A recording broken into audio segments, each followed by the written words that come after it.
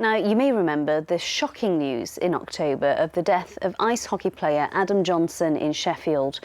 The Nottingham Panthers player died during a match against the Steelers when he was fatally hit in the neck by a skate. One of the spectators that day was Alison Darwin. She's now arranged first aid kits to be given to all Sheffield's amateur ice hockey teams. Mark Ansell reports.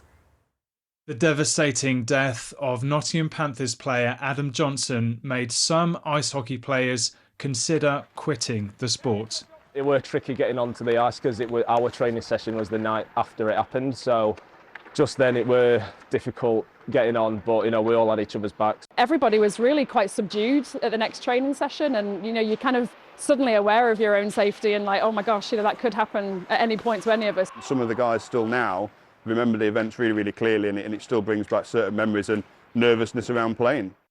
Hi, Ollie. Hello, how are you? Okay, I'm very well, thank you. Are you? But the sport is now taking safety much more seriously.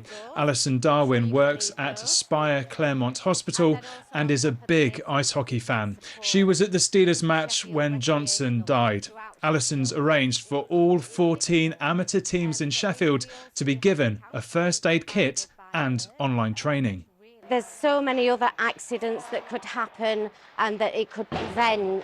If you've got somebody there straight away, you're not waiting for anything, you've got the kit with you at all times, so you're able to get to the player as soon as possible and prevent a more serious injury happening.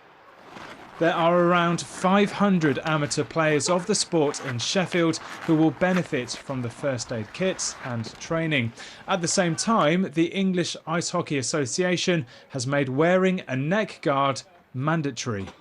It was awful what's happened, but obviously something really positive on the back of it is that, by wearing these neck guards as players now, it may protect the next person it happens to, and it's a very rare thing that it did happen.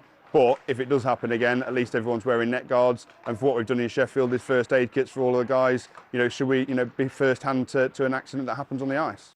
Come to deliver the bleed kit for the Leeds tonight. Meanwhile, bleed control kits, which are first aid kits to deal with serious cuts, have been given to ice hockey teams throughout the country, including the Leeds Knights men's and Leeds Roses women's teams.